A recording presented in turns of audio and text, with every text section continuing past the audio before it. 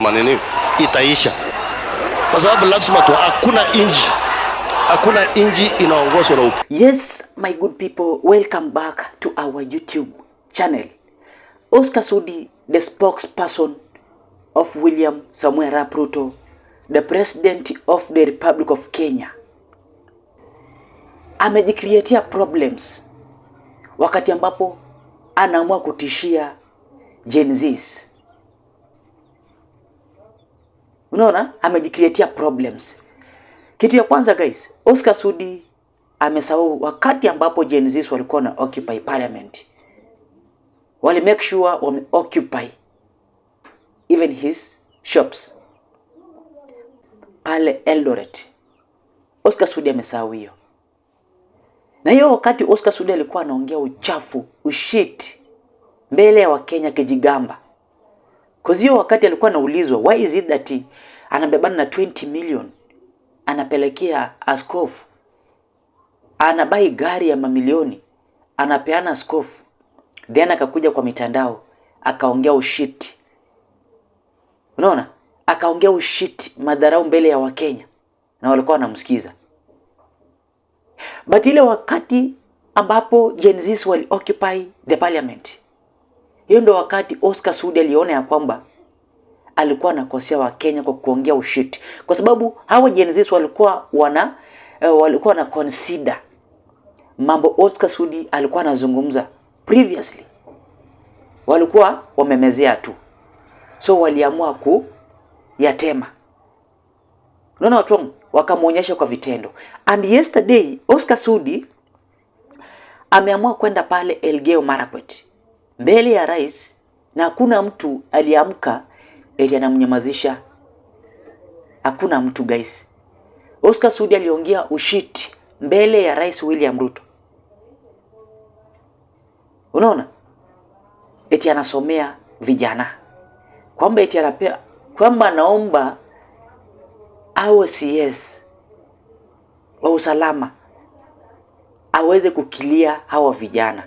So hiyo ni direct message kwamba huyu jamaa kipewa hiyo nafasi, then abduction yatakuwa mingi tena zaidi. I want you to listen kwa hii message ya huyu jamaa. I want you just to listen kwa message ya Oscar Sudi, ambayo pia Gen Z saizi kila mahali kwa mitandao wanasema ya kwamba wakati ambapo tutakuwa tuna occupy, nataka pia usikize hii, wakati ambapo tutakuwa tuna occupy hizi offices za serikali, then Oscar Sudi lazima salimiwe.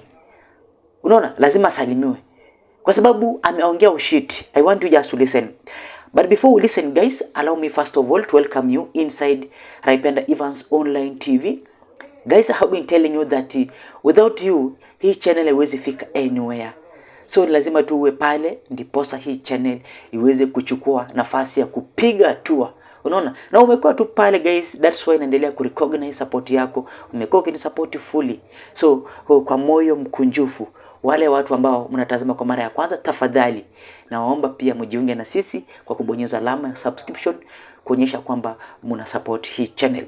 Na wale ambao pia na support yenu kubwa, zile moments ambazo mtakuwa mna like hii video, please acha Mungu akutetee, acha Mungu akufungulie malango yako ili uweze kufanikiwa na uendelee kuprosper zaidi.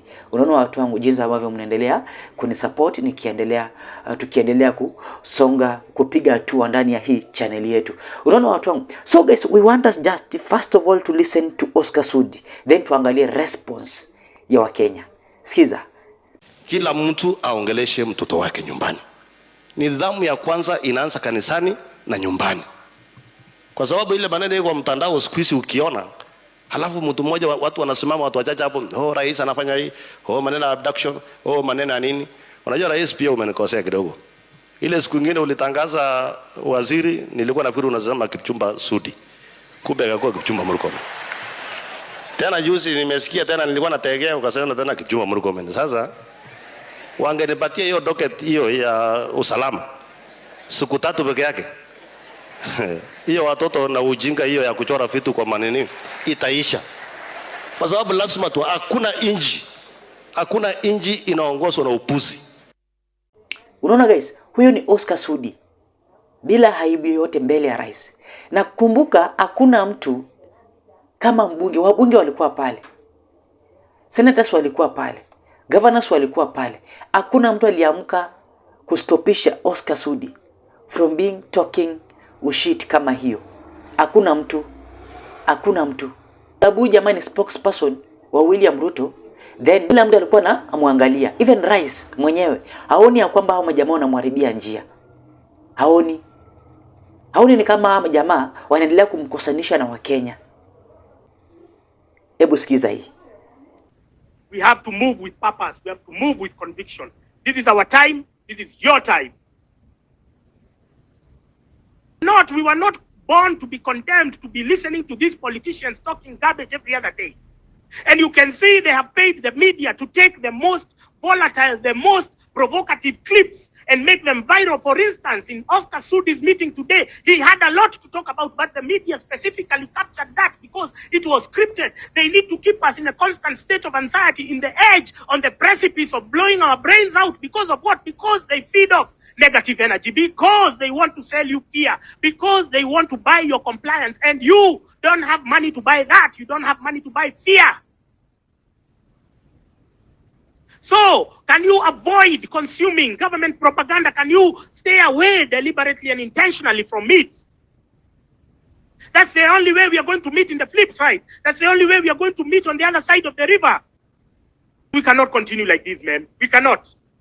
A whole member of parliament who is related to the president saying that if you would have appointed me as a CS, I would have killed all critics of the president, and he's saying it with his own mouth, and you're supposed to accept that as your way of life. This is your future. This is how you're going to live.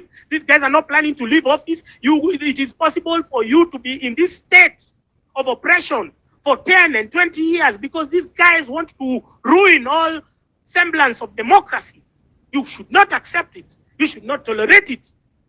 You should not even share it from the context that he said something funny. I had people laughing in the background, and I'm thinking, is that something funny? It could be your own child. And you're laughing at Oscar Sudi's threat to kill your children. How sick have we become as a society? How sick, how fucked up have the older generation become? Because those were old people who are laughing at his stale jokes. It's not young people. No young person can derive any comedy from such a speech. Old people, what's your problem? You can laugh. You can seriously and literally laugh at Oscar Sudi's statement that if he was the CS of internal security, you would have killed all critics of Ruto. Are you serious? And you laugh. None of you would even stand up. None of you has the guts to say, I disassociate myself with such comments. I cannot be associated with such comments. None of you can do it. Then we are living in the last days. Moral malaise. People, your moral compass has been broken. It lacked even one person to stand up and say that no. What Oscar Sudi has said, no. I do not identify with it as a member of parliament, or as a senator, or as a leader in Kenya, or as a religious, it just missed one person to say, because we have slowly been desensitized. We have slowly come to accept this as our way of life. Now, the few patriots who have said enough is enough. Tomorrow is your day to show and to take back this country from the hands of the devil. Tomorrow is the day when we bring back this country back to it has been derailed, back to the rail track, to the path of economic prosperity, to the path of constitutionalism, to the path of freedom and human rights. Tomorrow is the day. Kesho ndio ile siku. Kesho ndio ile siku mtarauka. Kesho msitishwe, msibabaishwe na huyu mtu Ruto. Viva patriots, viva comrades. We look forward to a great and gracious week where after we achieve our objectives, we are going to celebrate, we are going to laugh, we are going to hug, we are going to cry, and then we are going to give a decent send-off to everyone who has been murdered by William Ruto.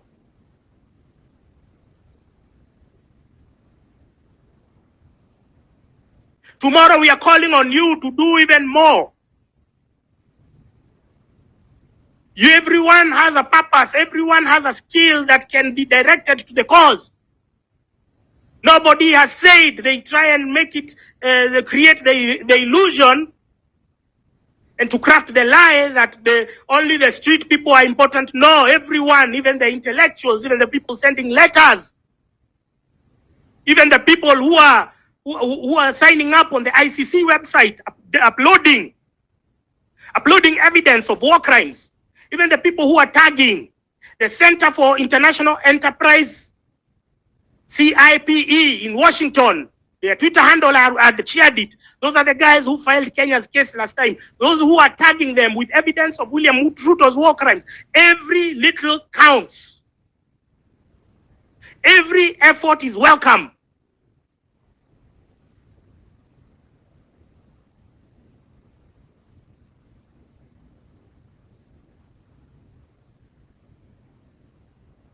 So please, do not fear. They are reacting to us. Every day they are talking about social media. Every day they are talking about how they are going to suppress social media. Every day they are talking about how they are going to deal with bloggers, how they are going to kill us. They are not even hiding anymore. Sudi wasn't hiding it today. So they are reacting. Now, do those look like people who are in the steering wheel? If they are reacting to our stimuli, do they look like people who are steering? No, we are the ones in the steering wheel. We are the ones who are guiding how the country and shaping the conversations. And they don't like that. That's why they are feeling threatened. That's why they are feeling isolated. That's why they are feeling like their time is up. Their time is almost expiring. And knowing that, do not buy their fear. They are reacting. We are not reacting to their bullshit. They are reacting to us. So what do you do in that state of affairs? You continue injecting. The women of Kenya, Wairimo Mokoro, ni Momokoro on TikTok has called on you to get out tomorrow so that you can weep and wail and mourn for the departed souls, because you didn't do it in June. You did not do it in June because everyone thought that it was going to be business as usual. Everyone thought that this man is going to reform. Everyone thought that William Ruto has promised that he's going to change, that he's going to do things differently, but William Ruto has never been about that life. William Ruto has never been about change. William Ruto is a war criminal. That is his DNA. He is never going to change. So the women, you have to come out first of all tomorrow and offer your prayers, because you did not offer them in June for the kids. So, mambo yamechemka zaidi. Mambo yamechemka zaidi. Even the Gen Z saizi wanafanya discussion ya kurudi kwa barabara, kwanza kuandamana. Na hiyo njia ikishafunguka ya kuandamana, then watu kama kina Oscar Sudi, Kimani Ichungwa, hao watu wako targeted kwa sababu ya mambo yao machafu, wakati wanasimama wanaongea kimadharau. No watu wangu. So you are told, tutakuwa niambia kwenye comment section. Kwa hivyo guys, allow me to end from there. I'm Rependa Evans. Kwa tuna siku njema hadi wakati mwingine. Bye bye.